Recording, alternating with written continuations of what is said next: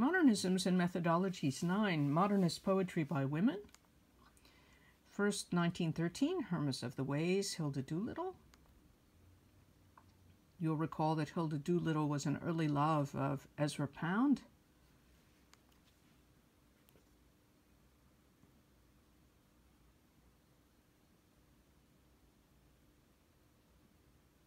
Born in Pennsylvania, attended Bryn Mawr College, chose to live in England, moved there shortly after Pound left for London.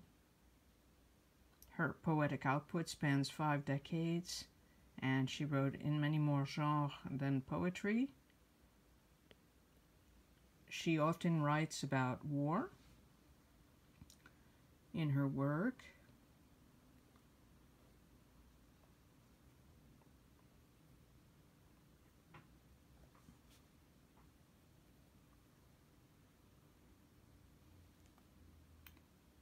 The poem was published in Poetry Magazine in 1913. It's one of these early Imagist poems that started the Imagist movement.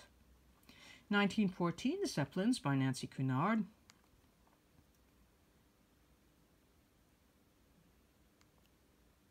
The poem is a sonnet. It has 14 lines.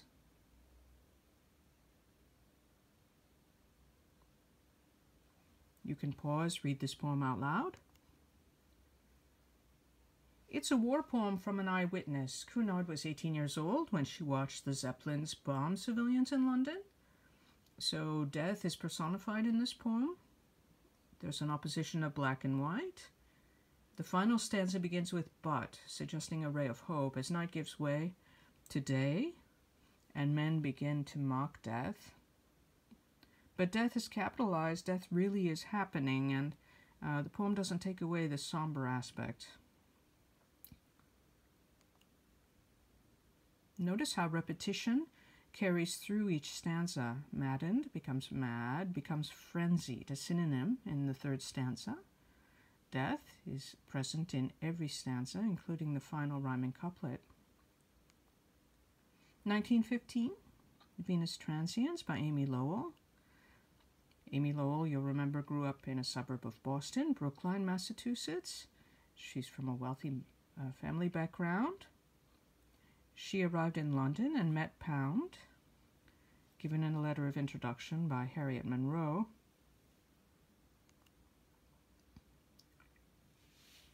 She edited Imagist anthologies, and Pound began to call Imagism Amygism.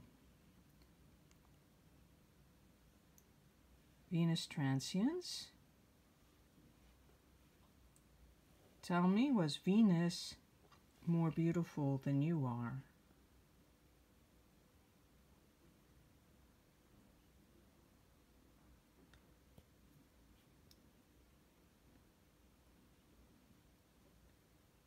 You understand you're looking at a love poem.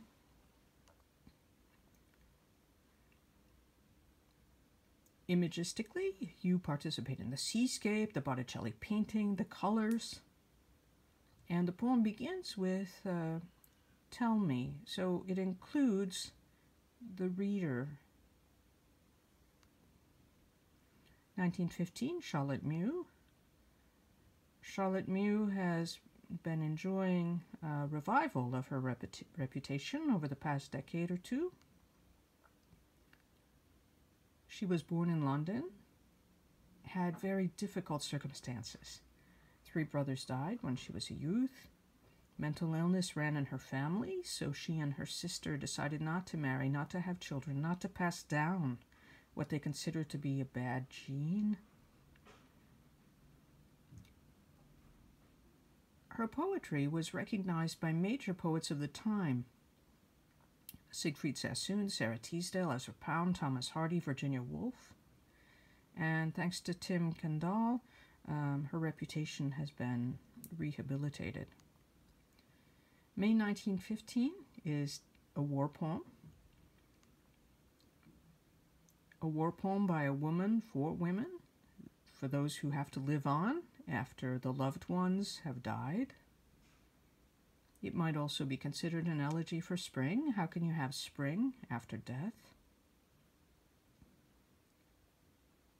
The poem is in free verse with varied margins. It begins, "Let us remember," a third-person imperative. Sounds are structuring elements. The anaphora "sure" carries the middle of the poem and gives it an importance. Also, there are many enjambed lines in this poem, more enjambments than non-enjambed lines. So there's attention to style, and notice how the margin is not regular on the left-hand side, for example. On the Porch by Harriet Monroe, the editor of Poetry magazine in Chicago. So Harriet Monroe was nowhere near the war, yet the war is a total preoccupation of her thought, and that's what this poem expresses. At the time it was written, it wouldn't have been considered a war poem. Perhaps you should make a pause and read it out loud. This poem was first published in 1915, and notice how the meaning of the word rain changed during wartime. In poetry by war poets, it often was used to speak of the rain of bullets or shells, and so notice how it carries the poem. Facade by Edith Sitwell.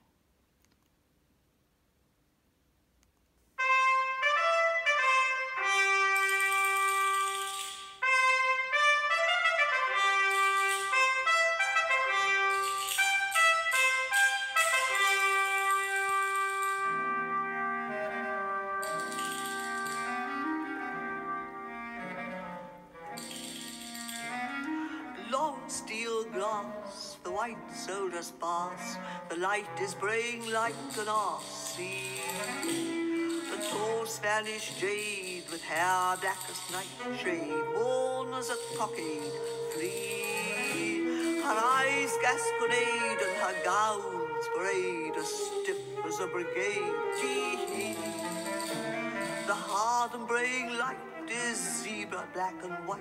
It will take away the slight and free. Tinge of the mouth, organ sound, oysters, small notes oozing round her flounces as they sweep the ground. The trumpet and the drum and the martial call they come to make the people dumb, but we won't wait for strife at night, moonlight, water, milk white bright, to make clear the declaration of our Paphian location beside the Castanetti Sea, where stalks Il Capitano, swagger, braggadocio, sword and mustachio. He is green as a cassada, and his hair is an armada. To the J, come kiss me harder, he called across the back amongst the she.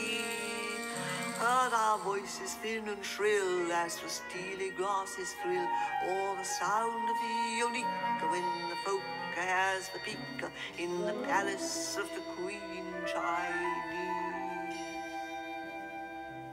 That's Facade, William Walton's music, Edith Sitwell's voice, and you can certainly hear, you may listen to that again if you like, you can hear the way Sitwell is playing with vowel sounds and all sounds in this poem, and enjoy the way she decides to say flee. So she carries that out as if the word has musical value. She was very attuned to music, as you can notice. To a Snail by Marion Moore. Marion Moore enjoyed baseball, played baseball as a younger woman, and threw the first pitch in 1968.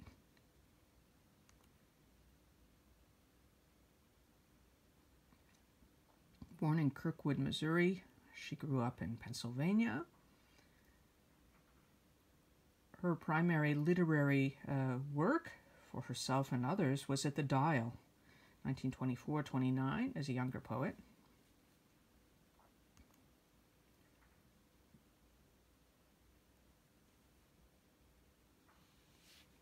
You can make a pause and read this poem out loud. It's a short free verse poem which works with compression to speak about aesthetics. And if you enjoy more, you might try listening to the open online course lecture at Yale University by Langdon Hammer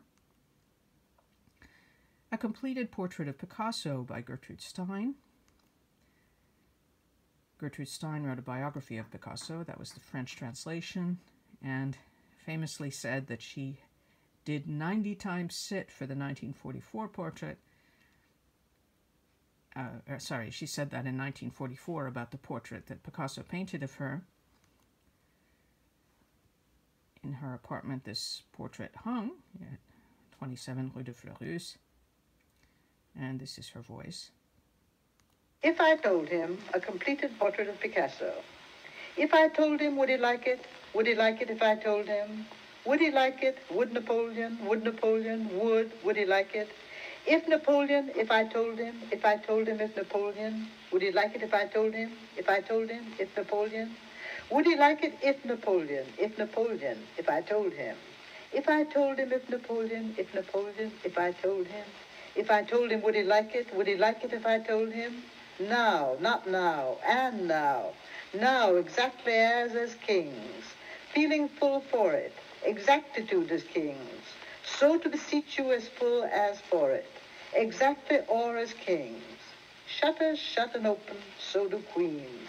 Shutters shut and shutters, and so shutters shut and shutters, and so shutters, and so shutters shut, and so shutters shut, and shutters, and so shutters shut, and so, and also, and also, and so, and so, and also.